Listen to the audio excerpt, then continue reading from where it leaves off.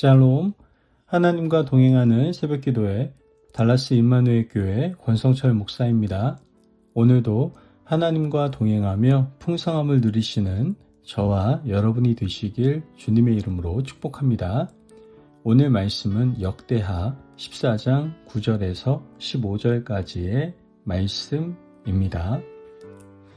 구스 사람 세라가 그들을 치려하여 군사 100만 명과 병거 300대를 거느리고 마레사에 이르매 아사가 마주 나가서 마레사의 스바다 골짜기에 전열을 갖추고 아사가 그의 하나님 여호와께 부르짖어 이르되 여호와여 힘이 강한 자와 약한 자 사이에는 주밖에 도와줄 이가 없사오니 우리 하나님 여호와여 우리를 도우소서.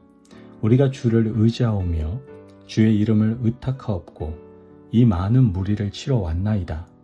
여호와여 주는 우리의 하나님이시오니 원하건대 사람이 주를 이기지 못하게 하옵소서 하였더니 여호와께서 구스 사람들을 아사와 유다 사람들 앞에서 치시니 구스 사람들이 도망하는지라.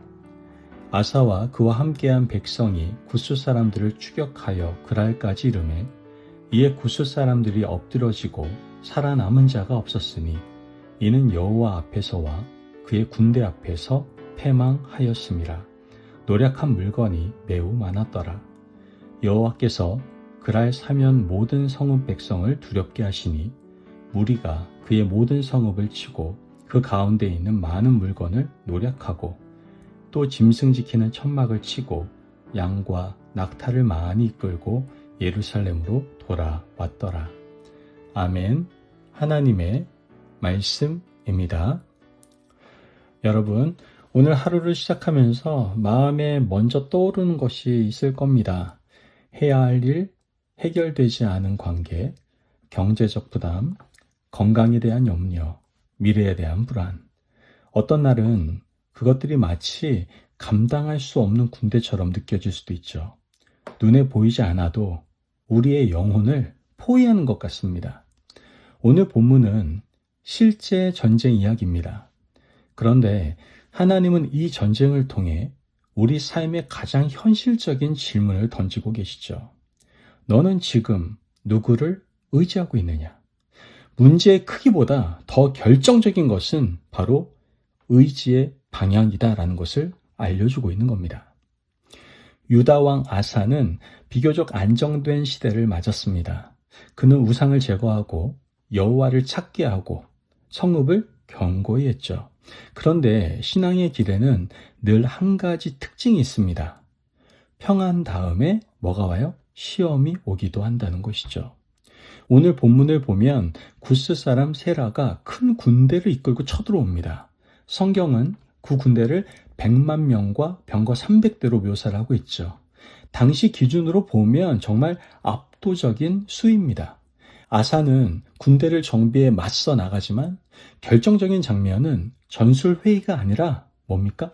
기도였습니다. 11절에서 아사는 이렇게 부르짖고 있죠. 여호와여 힘이 강한 자와 약한 자 사이에는 주밖에 도와줄 이가 없사오니 우리가 주를 의지하오며. 이 기도는 길지 않지만 굉장히 깊습니다. 여기에는 세 가지 믿음이 들어있다는 것이죠. 첫째는 하나님만이 도우실 수 있다는 인정이 들어있습니다. 주밖에 도와주실 이가 없다. 이 말은 절망이 아니라 신앙의 정직함입니다. 믿음은 때로 내 능력의 한계를 또렷이 인정하는 데에서부터 시작해야 되는 겁니다. 내가 할 수 있는 것을 다 해본 뒤에야 기도하는 것이 아니라 할 수 있어 보일 때에도 하나님께 붙드는 것이 바로 믿음이다라는 것이죠. 둘째로 하나님의 이름을 붙드는 태도입니다. 아사는 우리가 주를 의지하오며 주의 이름으로 이 무리를 치러 왔나이다 라고 고백을 하죠. 하나님의 이름은 단지 종교적 구호가 아닙니다. 하나님의 성품과의 약속입니다. 하나님이 어떤 분이신지를 신뢰하는 고백이다라는 것이죠. 마지막으로 전쟁의 주도권을 하나님께 드리는 결단을 보게 됩니다. 아사는 여호와여 주는 우리 하나님이시니 사람으로 주를 이기지 못하게 하옵소서라고 기도를 합니다. 이 말은 주님, 이 싸움이 결국 주님의 영광이 걸릴 싸움입니다 라는 뜻인 겁니다. 여러분, 믿음은 하나님을 내 계획의 도우미로 모시는 것이 아니라 내 삶을 하나님의 뜻 아래에 세우는 겁니다. 그리고 12절 결과가 나오죠. 여호와께서 구스 사람들을 치심해. 승리의 주원은 유다가 아니라 누굽니까? 하나님이십니다. 하나님이 싸우셨고 유다는 그 승리에 참여했던 것이죠. 여기서 우리는 중요한 진리를 보게 됩니다. 하나님께서는 종종 우리를 약함의 자리로 이끄십니다. 왜냐하면 그 자리에서야 비로소 우리는 의지의 방향을 바로잡기 때문입니다. 약함은 저주가 아니라 하나님께 붙게 하시는 은혜일 수 있다라는 것이죠. 여러분, 오늘 이 말씀을 마음에 새기며 우리의 의지의 방향을 바꾸는 시간이 되었으면 좋겠습니다. 그러기 위해서 먼저 오늘의 세라가 무엇인지 이름을 한번 붙여보십시오. 막연한 불안은 더 커집니다. 내가 두려워하는 것은 무엇인가? 내가 감당 못한다고 느끼는 것은 무엇인가? 한번 한 문장으로 정리해 보십시오. 믿음은 현실을 부정하는 것이 아니라 현실을 하나님 앞에 가져가는 겁니다. 또한 아사의 기도를 오늘의 언어로 바꿔 드리시기를 바랍니다. 주밖에 도우실 이가 없습니다. 저는 주를 의지합니다.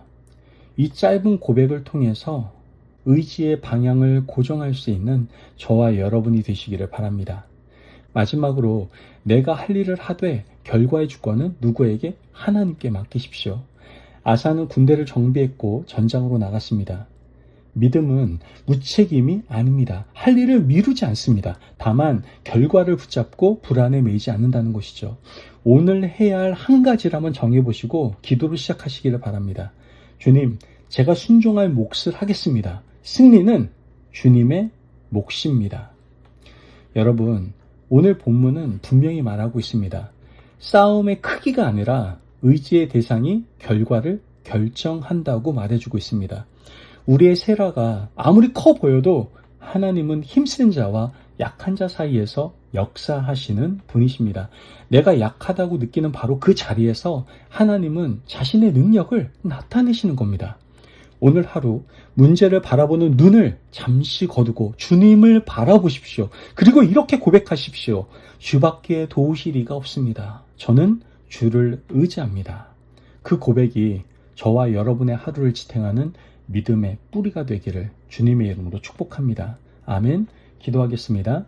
사랑이 많으신 하나님 감사합니다. 오늘도 우리에게 귀한 말씀의 은혜 허락하심을 감사합니다. 하나님, 오늘 제 앞에 큰 문제들이 군대처럼 느껴질 때가 많습니다. 그러나 힘센 자와 약한 자 사이에 오직 주님만 도우실 분임을 믿으며 제가 주를 의지하고 주님의 이름을 붙들며 오늘 하루를 살아가게 하여 주옵소서. 두려움이 기도를 밀어내지 못하게 하시고 기도가 두려움을 이기게 하시며 제가 할 순종은 성실히 하되 결과는 주님의 손에 맡기게 하여 주옵소서. 오늘도 주님이 싸우시고 저는 믿음으로 따르기를 원합니다. 감사하며 예수님의 이름으로 기도합니다. 아멘. 오늘도 하나님과 동행하며 풍성함을 누리시는 저와 여러분이 되시길 주님의 이름으로 축복합니다. 여러분, 싸움의 크기가 아니라 의지의 대상이 결과를 바꾸는 겁니다. 하나님을 의지하는 믿음은 불가능 앞에서 길을 열어줍니다. 오늘 하루 문제를 바라보는 것이 아니라 의지의 방향을 바로 잡고 주님을 의지하며 살아가시는 복된 하루가 되시기를 바랍니다. 말씀 안에서 승리하십시오.